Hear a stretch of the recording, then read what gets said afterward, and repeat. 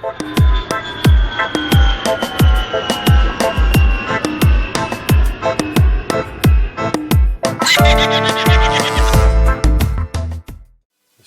cup. Alright, so I started talking about my third date with this new girl that I met on the positive action plan, which I tend to do. And really, that's not a good thing. In the past, I had promised to separate the two. And of course, I never friggin' do it. I just keep rambling on. So if you want dating advice on Thai women, unfortunately, you have to sit through the positive action plan, which is not cool. And if you're tuning in for the positive action plan, you really don't want to hear about how my dates are going. So for once, I was smart and hit the black button and stopped the recording and finished up the positive action plan before I started talking about, dating in Thailand and just, my life, my personal life and how it's going. And I'm 100% transparent, as I mentioned in the other one. I don't hide anything. I'm not ashamed or embarrassed of anything. I don't care what people think.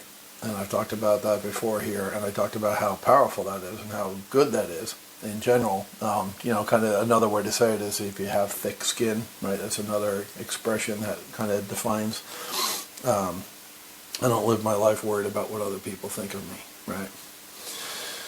So I put it out there, and if it helps somebody, it helps them. If it doesn't, it doesn't. But meanwhile, I have no shame, or I don't get offended, and I'm not embarrassed in the slightest by anything that I think a lot of other people would be ashamed, embarrassed, whatever, want to keep to themselves. And I'm not a very private person. I kind of put everything out there. It's just the way it is. So I hope somebody learns from it and answers some questions. So I did a whole video on dating Thai women. I did a video on why I broke up with my Thai girlfriend that I spent a year with, and why. Just trying to educate. Well, number one, transparency. That's my life, right? This is what's happening in Thailand. I moved to Thailand. I'm living the dream. Here's the reality as far as dating, right? Because that's important if you're a single guy coming to Thailand. So I'm dating again, and I met this lady, and she checked off a lot of the boxes. One of the problems I mentioned with my ex was that her English was very limited, and she was trying to learn English while we were together, but it didn't work. English is a pretty tough language to learn. There's a lot of words for one given thing. There's a lot of ways to express yourself in English, so that makes it a pretty difficult language for other people to learn as a second language. This girl spoke amazing English. She was probably the best English speaker of any Thai lady I've met in my entire time, in Thailand. It's that good. She was a 10 out of 10 when it came to speaking English. So our first date, we had a 3-hour conversation in English, and she understood everything I said.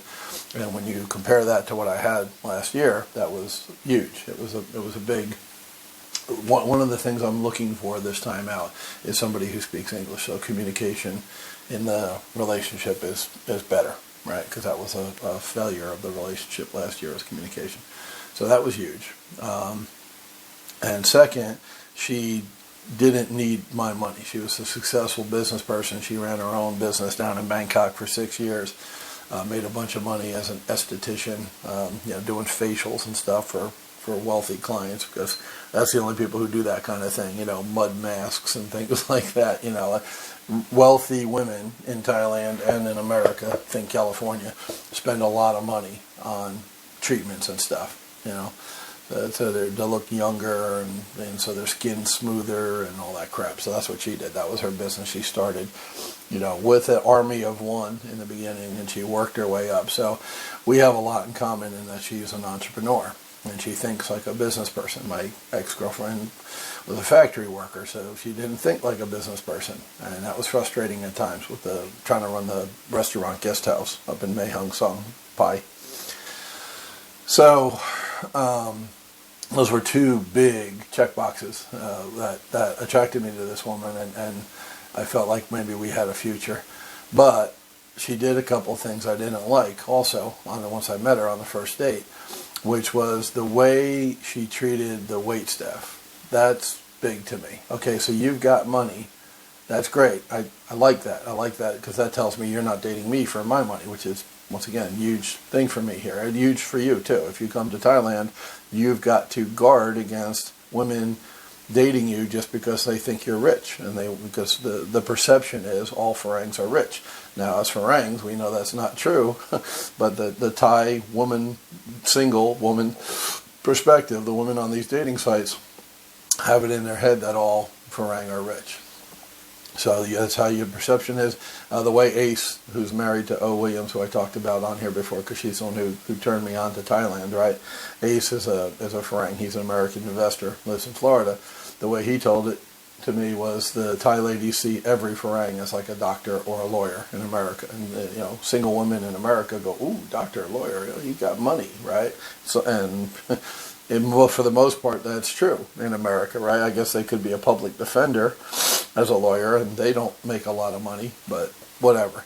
Point is, the perception is that they're rich, and here, if you're a Farang, the perception is you're rich. So understand that going in. And some dudes use that to their advantage, and whatever. They come and play games. That's up to you. That's not me, but that's whatever you want to do. Some guys leverage that and bang a lot of chicks and break a lot of hearts and whatever. But for me, who's looking for a long-term relationship, I have to be aware that what's in it for the girl. Why is she really here now? Am I a realist? Do I live in the real world? Yeah. Am I overweight still? Even though I lost 40 pounds, I'm still 260 pounds. That's a big boy, bigger than any Thai person, by 100 pounds at least. So am I fat? Am I old? Wear glasses? Memory shot? Blah, blah, blah. Yeah, all that's true. I understand. I own a mirror. I don't look at it often, but I see my damn face every single day. I know I'm not George Clooney. Got it. Understood. So, but I'm a good person. Have a decent sense of humor. I do have some money, right? Once again, I'm not rich, but I live very comfortably here in Thailand. So if a woman is with me, I can make a nice life for her and I, right?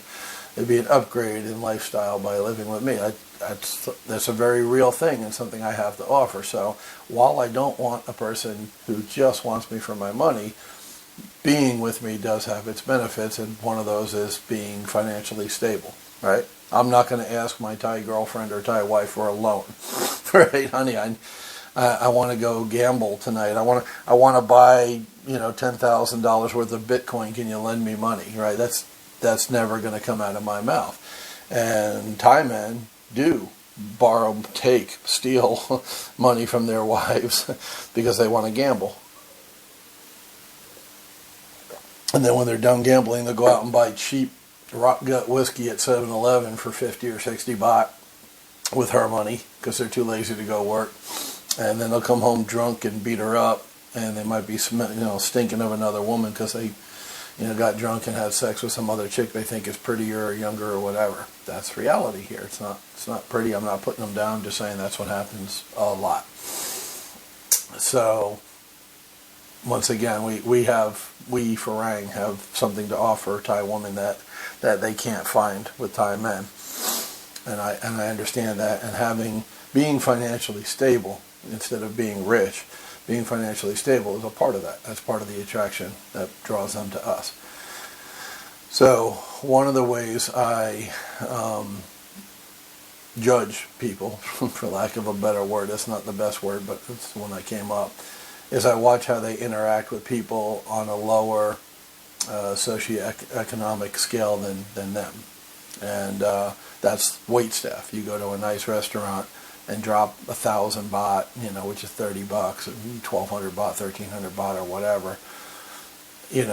That's big money to a Thai person. As I explained, there are people who live on 1,500 baht a month here. Not super high, obviously. It's very limited in what they can buy and do. That's no Western food. That's maybe sharing a room with family or something like that. But they get by on 1,500, 2,000 baht, $60, a month. That's their total living expenses, right? Whereas in America, most people, 1,000, 2,000, 5,000 a month living expenses. Here, you can get by on 50 or $60 if you live like a local, like a Thai person, right? Some Thai people.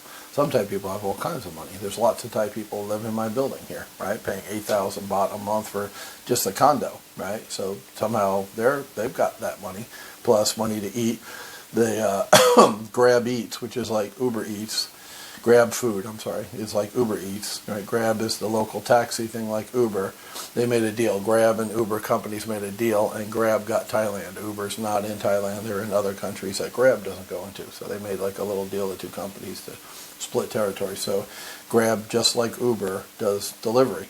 There's a guy on a motorcycle here at Grab every friggin' day, 10, 20 times a day at my building, just my building. Remember, my building's one of 4. So they're pretty affluent, the Thais that live here. They're doing better than, $1,500 a month. They're spending $8,000 just on their place like I am. And once again, to us, right, $8,000 is cheap, right? So this girl I've been dating on the first and second date, she, I took her to a salad place because she said she wanted to eat healthy. So I took her a place that's vegan, vegetarian, salads, and they have other stuff too. I had salmon, right, which isn't vegan. I had a salmon salad, but healthy. I took her to a healthy place.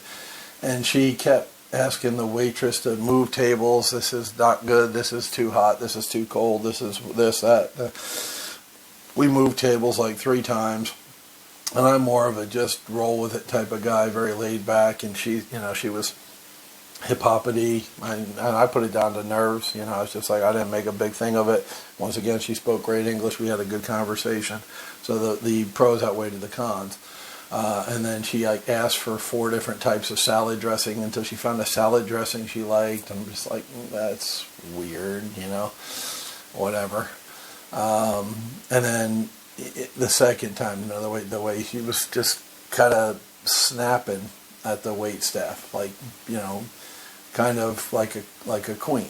She was like, I have more money than you, so snap to, treating wait staff like servants, personal servants, and that's not cool. They're there to do a job. They're there to help you enjoy your meal. They're not there as your personal servants. They didn't sign up to be your friggin' piss boy. Piss boy. It's good to be king, right, Mel Brooks? So that turned me off. So I kiss women that I like on the first date. And I've done a whole nother thing on if you have to ask, the answer is no. Like, you'll know if it's right and if it's reciprocated and all that. So we had a good first date despite her being picky and fidgety. I was like, okay, she speaks great English. We had a 3-hour conversation. That's awesome. She's not after me for my money. This is good. This thing has some legs. It has some life to it. It's going to go somewhere. So I leaned in to kiss her, because when you kiss, people can say, I love you, I like you, blah, blah, blah, blah, but when you kiss, you either feel that chemistry, you feel that electricity in your lips, you the emotions rise up in you when you kiss, or they don't. So you know where you stand without having to ask or to try to figure out what a woman's thinking. Good luck figuring out what a woman's thinking, right? They don't know what they're thinking. It changes second to second or minute to minute for most women. So that's my barometer on how things are going. So I didn't ask, because, once again, I wrote an ebook. If you have to ask, the answer is no. So I'm not going to ask, may I kiss you? That's weird, it's awkward, it's not smooth, it does not work. Don't do it. I just said, I'm going to kiss you, to kind of just give her a heads up, right? Leaning in. I didn't want to attack her. I'm like, I'm going to kiss you because that's how I tell, how we feel about each other. Whatever. I said something quick, and I leaned over and I kissed her, and she didn't kiss me back. She dead fished me, right? Where to, grandma kiss. I'm like, okay. So either she doesn't like me, she doesn't think we have a future, like I do at that point, or she's just very reserved and shy, or there's any number of reasons that a woman will dead fish you, right? There was no passion in the kiss, right? So I let it go. And then the second date, I pick her up and I leaned in and give her a quick kiss, just like, wow, hey, how are you, right? And she backed away. I'm like, oh, well, excuse me, So once again, I didn't let it ruin the date. We had falafel. It was excellent. Good food. I'm eating healthy. I'm happy. You know, we had another good discussion, lengthy discussion, 4 hour date. Went and got a massage, which was awesome. I'm really becoming a fan of that. That's a lifestyle thing I wanted to mention on the video here is only wealthy people with a lot of time on their hand in America got massages on the regular, maybe because they cost $100 or whatever for half an hour. Here, it's like 400 baht. So what's that? $12 for 2 hours. One, they just do your legs and feet, and one, they do the body, right? And it feels amazing. It relieves tension you didn't even know you had. And so I'm becoming a big fan of having a massage on the regular, like every week or so, which I didn't do in the state. And first of all, I didn't have time for that. You know, working, making money, I didn't have time to go get a massage. And it wasn't available for 2 hours for $12 like it is here. So we went and got what they call a couples massage, where she's right next to me, you know, in a chair right next to me, and I reached over to hold her hand because I felt it. Like I felt like, okay, oh, this is a little couples massage, and this cute. Here, hold my hand. And she pulled her hand away. Like, dude, really? Like, so. A relationship, for me, needs to progress every time. Like, the third date's got to be better than the second date, and the fourth date's got to be, and you got to feel more for the person. It's either growing or it's dead. And that's a business or a relationship, right? You either, especially in the beginning. Now, when you're with somebody for 7 years, is it growing at that point? No. It's morphed into something else.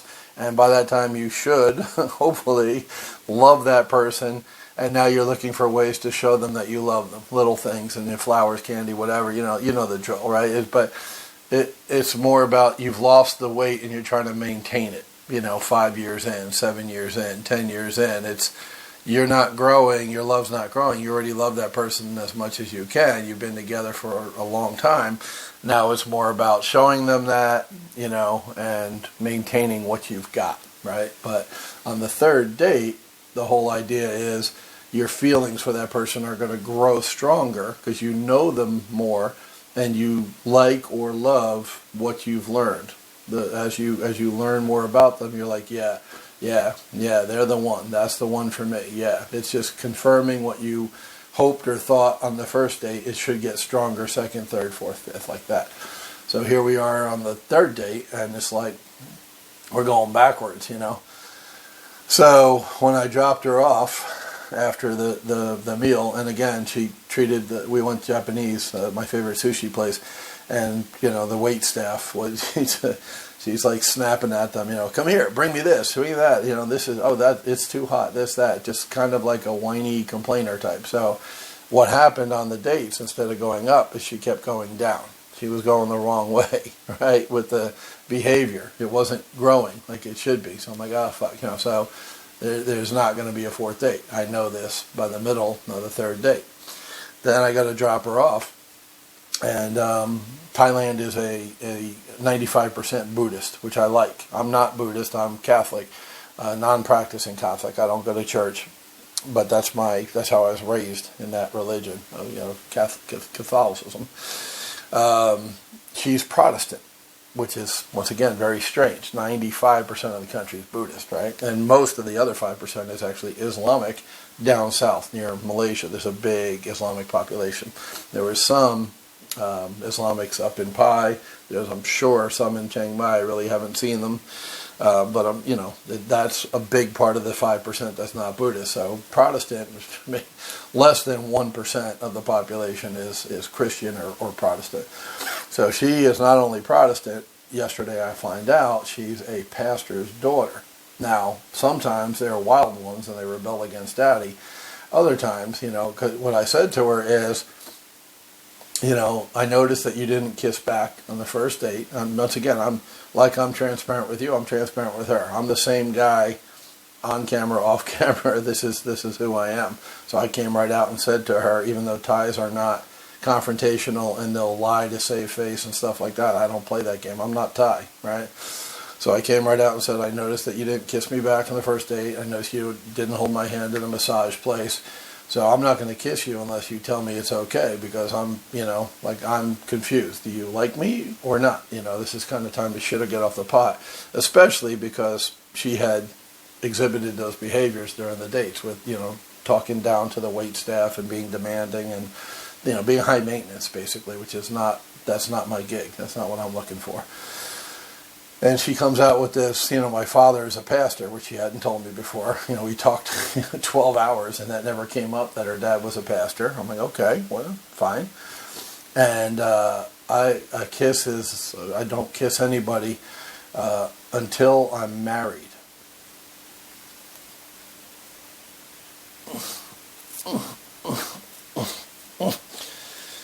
What? What? What are you talking about? You don't kiss somebody till you're married? You don't have sex with somebody till you're married? That's some people. I get that's not me, but I get it, and I can respect that. But kiss? You can't kiss somebody on a date unless you're married. That's a new one on me. First time I ever heard that. So, obviously, she's a unique person with a unique set of values, and that is what the proverbial straw that broke the camel's back, right? That was, when I heard that, I was just like, okay, she's got digestive issues and can only eat certain foods certain time. That was another thing I failed to mention that came up during the first 3 dates. So, we couldn't go to dinner because she didn't eat at 6 o'clock because she couldn't digest it. And it's like, it became too much work. And then here she tells me, when I'm dropping her off at the very end of the 3rd date, I can't kiss you until we're married. Okay. And I wasn't arguing with her, but just like, I'm a debater, right? So I'm like, that doesn't make sense. The Mr. Spock logical guy was like, what the fuck? That makes absolutely no sense. I said, so you'll go see a movie and people will be kissing in it and you don't think anything of it. But if the movie has them making love, is the way I said nice. I didn't say fucking, because I'm on a date, being polite. So people are making love. I said that's, and depending upon what they show, that's an X-rated movie. So that, so I said clearly there's a separation between kissing and making love, right? No, it's the same. I said you were married to a Swiss guy. You were in Europe. Strangers kiss, and she was like, yeah, but that's on the cheek. I'm like, okay, whatever. At that point, I was kind of relieved because, once again, I didn't like the way she treated the wait staff. The digestive thing, I'm a foodie. I love to eat. Part of the fun of dating somebody is taking them to restaurants like the Japanese place. Here, try this seared sushi. Isn't it awesome? Speaks English, isn't after me for my money, and enjoys good food. Right, that's kind of my short list. And I might never find it here. But once again, as I said on a previous video, I'm going to have fun searching. So I was excited and delighted, to get back on the app last night and just start plowing through looking for new people to meet. It's fun. I don't dread the interview that is a first date. I enjoy it. I like learning about new people, learning about their life, seeing life through their eyes. I'm fascinated by it, always have been. So I was actually excited, not bummed out last night. It didn't work with her. She had potential because of her English skills and the fact that she was independent, financially. That's not enough. It's not enough to fall in love with somebody because they speak English well and have their own money. It's a good start, but that's not going to carry you, past date 3 in this case. And the whole, kissing when you get married thing. That woman, she's 41. I wasn't robbing the cradle. A lot of guys my age here are dating 24-year-olds. That's not me. That's not what I'm looking for. I'm sure it's a good time, but that's really not what I'm looking for. I don't play that game. She was 41, and she's not going to find a dude here, especially. Eventually, in America, long years, I think she could find somebody if she was living in America on a dating app. But in Thailand, when she's up against younger, prettier women who don't have those values, she she's going to be alone for a very long time, if not the rest of her life. There's over 35 million women, single women, well, not single women, there's 35 million women plus in Thailand. So, yeah, you know, she except for treating the staff badly, she's a nice person. So I wish her the best, but I don't see her finding somebody who's willing to wait till they're married to kiss her. Kiss her. We're not talking about copping a feel or cuddling naked or any of that crazy. I mean, we're talking about kissing. Just, hey, how are you? And no, you can't do that till we're married. Okay, good luck. Good luck with that. Let me know how that works out for you. But the ship is sailing. The ship's moving on. And once again, I was giddy like a schoolboy last night. You know, just happy. Just, you know, dating to me is not a chore. A lot of people have a problem with it. I'm excited by it. Like I said, meeting a new person for the first time actually is pretty cool to me. I like it. I like it. So I'm excited. That's it. Third date, last date. Once again, I hope it helps somebody. I learned a shitload from YouTube videos when I was in America coming here to Thailand. I watched every one I could find. I hope this helps somebody, you know, coming to Thailand. And you know, the one I did about my girl last year, I hope it helps you not make mistakes, right? Like I did. I made several mistakes there. And the whole point of the video is that you don't make the same mistakes I did. Here, the more knowledge you have, the better decisions you make. So hopefully I imparted some to some people today. And once again, I don't regret it. I had 3 great dates. She was an interesting person. Speaking English to her was awesome. Just we don't have a future. No big deal. She goes her way, I go mine. Everybody's happy. Move on. Next.